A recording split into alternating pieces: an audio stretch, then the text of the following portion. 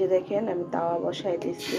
এখন এই যে একে একে প্রত্যেকটা খোপের ভিতরে দিয়ে দিব। একটু বেশি পড়ে গেল ওইটাতে, তাই তো এইভাবে দিলাম। দেওয়ার পরে আসসালামু আলাইকুম সবাইকে, রোজিস কিচেন অ্যান্ড ব্লগ থেকে আমি রোজি চলে আসছি আরও একটি ভিডিও নিয়ে। তো আজকে হচ্ছে চিতই পিঠা দুধে ভিজাবো, তাই হচ্ছে পিঠা বানানোর গোলা তৈরি করে নিচ্ছি। বলে রাখি, এর আগে আমি কখনো বাসায় চিতই পিঠা বানাইনি, সব সময় বাইরের পিঠাটা কিনে এনে তারপরে দুধে ভিজিয়েছি। কিন্তু আজকে প্রথম আমি নিজে ঘরে পিঠা বানাবো, তো সেই জন্য হচ্ছে চালের শুকনো গুঁড়াগুলোকে গরম পানি দিয়ে ভিজিয়ে নিলাম। পানির গরমটা এমন হতে হবে যে একবারে যাতে টকবক গিয়ে ফুটে না ওঠে, ফুটে ওঠার আগে যেই একটা গরম হয় না, সেই রকম গরম পানি দিয়ে হচ্ছে আমি গোলাটাকে গুলিয়ে নিলাম। এখানে লবণ দিয়ে দিয়েছিলাম। এখন হচ্ছে 30 মিনিটের জন্য ঢাকনা দিয়ে রেখে দিয়েছিলাম। 30 মিনিট পরে আমি হচ্ছে এই ভিজা চালের গুঁড়াগুলোকে একটা ব্লেন্ডারে জারে নিয়ে নিব ব্লেন্ড করার জন্য। তো দেখতে পাচ্ছেন আমি ব্লেন্ড করে নিচ্ছি। ব্লেন্ড করার পর একটা আঠালো ভাব আসবে, আর এটাই হচ্ছে চিতই পিঠার পারফেক্ট গোলা। তো এখন হচ্ছে আমি চুলাতে তাওয়া বসিয়ে দিব, এবং হচ্ছে দুঃখিত, তাওয়া না, ছাঁচ। তো ছাঁচ বসিয়ে দিব এবং ছাঁচের ভিতরে দিয়ে আমি হচ্ছে পিঠাগুলো একে একে বানিয়ে নিব। তো হচ্ছে প্রথমে চামচ দিয়ে বানাতে গেলাম, তো হচ্ছে আমার মনে হয় চামচের থেকে বোতলে ঢেলে নিলে সবচেয়ে ভালো হবে। তো সেটা হচ্ছে আমি পরে হচ্ছে বোতল দিয়ে বানিয়ে নিব, এখন চামচ দিয়ে বানাচ্ছি। তো তাওয়াটাকে বারবার আমি তাওয়াই বলতেছি, মানে পিঠার এই শাঁসটা খুব ভালো করে গরম করে তারপরে নিতে হবে। তো দেখেন এই যে পিঠা কিন্তু আমার হয়ে গিয়েছে। পিঠার গোলাটা ছাঁচে দেওয়ার পরে একটা ঢাকনা দিয়ে কয়েক মিনিট, ধরেন 3-4 মিনিট এরকম রাখতে হবে, তারপর হচ্ছে উঠিয়ে নিতে হবে। তো আমি ছুরি দিয়ে উঠিয়ে নিচ্ছি, কারণ এটা ছাঁচ থেকে চামচ দিয়ে উঠানোটা টাফ, তো যে কারণে হচ্ছে ছুরি দিয়ে উঠিয়ে নিচ্ছি। তো এইভাবে হচ্ছে আমি সবগুলো পিঠা বানিয়ে নিব। আমাদের মুন্সিগঞ্জ বিক্রমপুরে এই আমাদের এই মুন্সিগঞ্জ বিক্রমপুরে এই পিঠাগুলোকে সাজের পিঠা বলা হয়। তো মাটির যে সাজ পাওয়া যায় সবসময় তো সেই মাটির সাজ দিয়ে বানানো হয়, কিন্তু ঢাকা শহরে আবার মাটির সাজগুলোর থেকে এই লোহার সাজগুলো বেশি চলে। তো আমি কখনো বাসায় এই চিতই পিঠাটা বানানোর চেষ্টা করিনি, কারণ যতবারই চেষ্টা, পড়ে গেল একটা পিঠা। তো যতবারই চেষ্টা করেছি ততবারই ব্যর্থ হয়েছে। কিন্তু আমি একটা পিঠার সাজ বিক্রি করে একটা পেজ আছে, ওই আপুকে দেখেছি কিভাবে পিঠার গোলাটা তৈরি করে। তো ওনার থেকেই আমার এই চিতই পিঠা বানানোটা শিখা আর কি। আমার প্রচণ্ড কাশি, যেই কারণে একটু পরপর কাশি হচ্ছে, সেটার জন্য আমি আন্তরিকভাবে দুঃখিত। তো ওই আপুর থেকে দেখে আমি হচ্ছে এই বাসায় কিভাবে চিতই পিঠা বানানো হয় সেটা শিখলাম। তো ছোটোবেলা তো আমার মা খুব বানিয়ে খাওয়াইছে। যখন আমরা মুন্সিগঞ্জ বিক্রমপুরে ছিলাম তখন ওই মাটির সাজের ভিতরেই বানিয়ে খাওয়াতো উনি। তখন এই লোহার এই সাজগুলো তখন ছিলই না। তো এখন তো প্রযুক্তি অনেক এগিয়ে গেছে, তো এখন লোহার সাজই পাওয়া যায়, এবং লোহার সাজে এত সুন্দর সুন্দর পিঠা হয়, এবং সেটা গ্যাসের চুলাতে তা কল্পনাই করা যায় না। আমি না বানালে আসলে জানতামই না। আমি সব সময় ভাবতাম যে বাসায় কখনোই চিতই পিঠা বানানো সম্ভব না, কিন্তু আমি ওই আপুর ভিডিও দেখার পরে, ওই আপু মূলত এই সাজগুলো বিক্রি করে, তো উনি ওনার সাজ বিক্রির জন্য একটা ভিডিও বানাইছিল, সেই ভিডিওটা দেখেই আমার আসলে শিখা। তো চাইছিলাম আপুর থেকেই সাজ কিনে নিব, কিন্তু আপুর পেজে সাজের অনেক দাম। তো আমি এলাকার লোকাল যেই গ্রোসারি বলে হাঁড়ি পাতিলের যে দোকানগুলো থাকে, সেই দোকান থেকেই আমি হচ্ছে এই সাজটা কিনে এনেছিলাম। এই সাজটা আমার 300 টাকা নিয়েছিল। তো আনার পরে আমি হচ্ছে ভালো করে ধুয়ে পরিষ্কার করে তারপরে হচ্ছে বানিয়ে নিচ্ছি।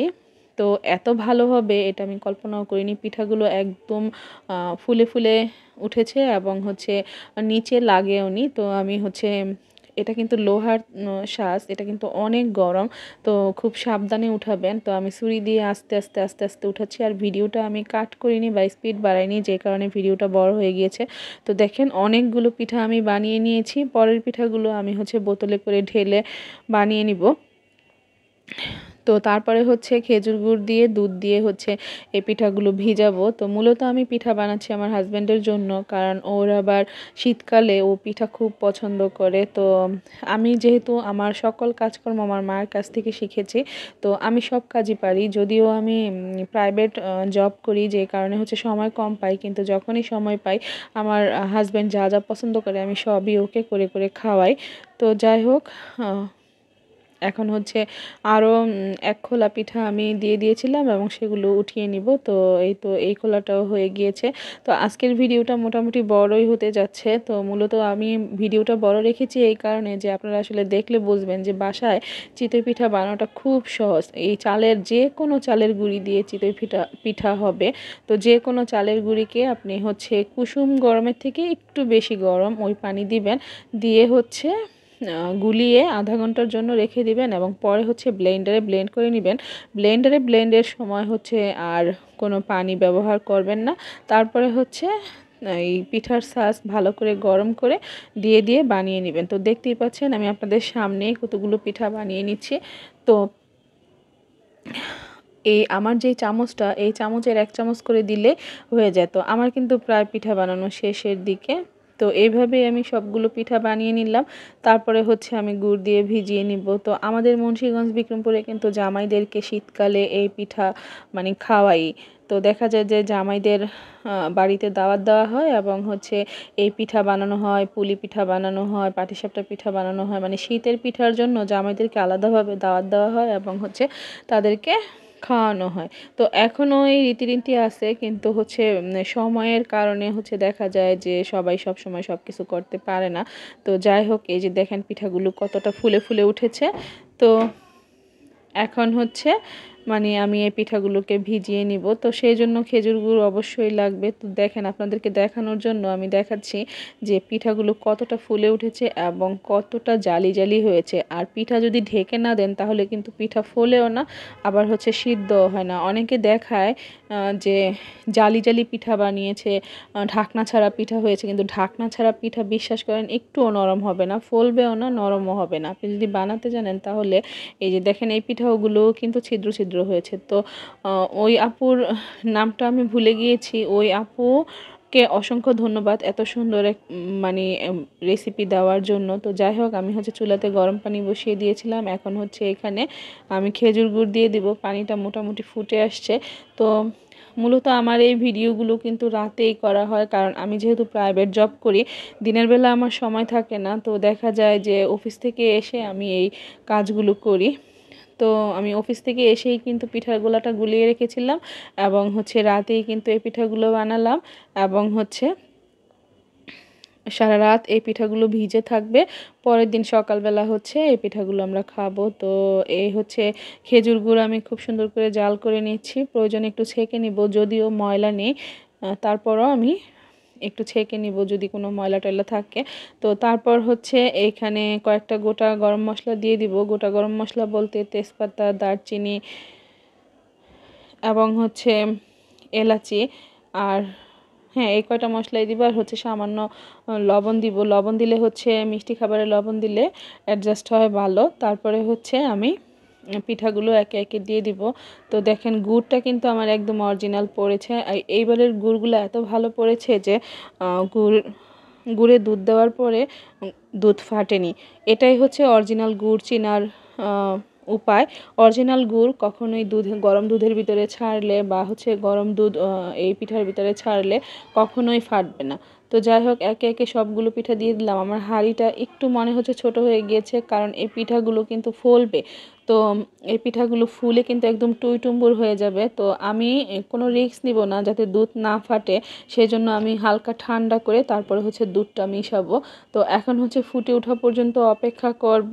সবগুলো পিঠা দিয়ে দিয়েছি আর মিষ্টি কিন্তু পারফেক্ট হয়েছে। একটা বলক আসলে আমি হচ্ছে নামিয়ে মানে কিছুক্ষণ সময় অপেক্ষা করব যাতে হালকা ঠান্ডা হয়। হালকা ঠান্ডা হলেই আমি দুধ দিব। যদিও দুধ ফাটবে না, কারণ এবারে যে গুড়টা এনেছি আমি, গুড়টা খুবই ভালো পড়েছে। তো এই তো ফুটে উঠছে। তো এখন হচ্ছে আমি নামিয়ে নিব। তো এই তো দেখতে পাচ্ছেন যে আমার বাচ্চা চলে আসছে, তো ভয়েস দেওয়া আসলে টাফ ওকে নিয়ে। তো এখন হচ্ছে নারিকেল কুড়ানো দিয়ে দিব। বলছিলাম যে বাবুর জন্য আসলে মানে ভয়েস দেওয়া টাফ হয়ে যায়। তো এখন হচ্ছে কুচানো নারিকেল দিয়ে দিলাম। তো এই নারিকেলগুলো আমার ডিপ ফ্রিজে ছিল, আমি একসাথে অনেকগুলো নারিকেল কুড়িয়ে ডিপে রেখে দিয়েছিলাম। তো এখন হচ্ছে আমি দুধ দিয়ে দিব। তো দুধ দিয়ে হচ্ছে এটা সারা রাতের জন্য ভিজিয়ে রেখে দিব। তো আপনাদের কোন কোন জেলায় এই পিঠাগুলো এভাবে বানানো হয় সেটা কিন্তু কমেন্ট করে অবশ্যই অবশ্যই জানাবেন। তো দুধ দিয়ে দিলাম আর লাইট আপ ডাউন করতেছে। তো দেখেন পিঠা কিন্তু অলরেডি ফুলে গেছে, কিন্তু এটা আরও ফুলে যাবে। ফুলে একদম এই দুধগুলো প্রায় মানে অধিকাংশই খেয়ে ফেলবে পিঠাতে দুধগুলো, একদম দুধগুলো ভিতরে চলে যাবে পিঠার, এবং পিঠা খেতে খুবই খুবই সুস্বাদু হবে। তো আপনারা কে কোথা থেকে আমার এই ভিডিওটি দেখলেন সেটা কিন্তু অবশ্যই কমেন্টের মাধ্যমে জানাবেন। তবে দুঃখের একটা বিষয় কি জানেন, আপনারা কেউ পুরো ভিডিও দেখেনও না এবং হচ্ছে ভালোভাবে কোনো কমেন্টও করেন না। আপনাদের কমেন্ট 2-4টা কমেন্ট যা আসে দেখলেই বোঝা যায় যে ভিডিও না দেখে কমেন্ট করছেন। এই কাজটা আসলে করা উচিত না। তো দেখেন এই যে পিঠাগুলো কতটা ফুলেছে। তো হচ্ছে এটা সারা রাতের জন্য আমি ঢাকনা দিয়ে ঢেকে রেখে দিব। পরের দিন হচ্ছে এটা আমি সকালবেলা সার্ভ করব, যেহেতু রাতের বেলা। আর চিতই পিঠা কিন্তু ঠান্ডাই খেতে ভালো লাগে, গরম গরম খেতে কিন্তু অতটা ভালো লাগে না, নরম হবে না না হয়। তো এই তো চলে আসলাম পরদিন সকালবেলা। এখন হচ্ছে এই যে দেখেন ঢাকনাটা খুলে নিলাম। দেখেন পিঠা দুধ খেয়ে একদম ফুলে টুইটুম্বুর হয়ে গিয়েছে। এখন হচ্ছে আমি পরিবেশন করে নিব। তো যে যেখান থেকে আমার এই ভিডিওটি দেখে থাকেন না কেন অবশ্যই ভালো লাগলে, কোনো একটা অংশ ভালো লাগলে একটা লাইক কমেন্ট এবং শেয়ার করে দিবেন। তো আপনাদের একটা কমেন্ট পেলে খুব খুব ভালো লাগে। দেখেন পিঠাগুলো কতটা ফুলেছে, আর এটা যদি রেডিমেড পিঠা আনতাম একটু হলেও ফেটে যেত। তো আজকের ভিডিও আমি এখানেই শেষ করব। সকলে ভালো থাকবেন, সুস্থ থাকবেন। আসসালামু আলাইকুম।